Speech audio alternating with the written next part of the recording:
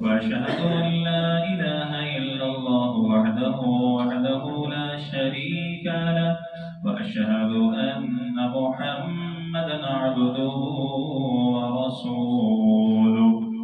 أما بعد فإن خير الحديث كتاب الله وخير الهدي هدي محمد صلى الله عليه وسلم وشر الأمور محدثاتها وكل محدثة بدعة وكل بدعة ضلالة وكل ضلالة في النار. يا أيها الذين آمنوا اتقوا الله حق تقاته ولا تموتن إلا وأنتم مسلمون.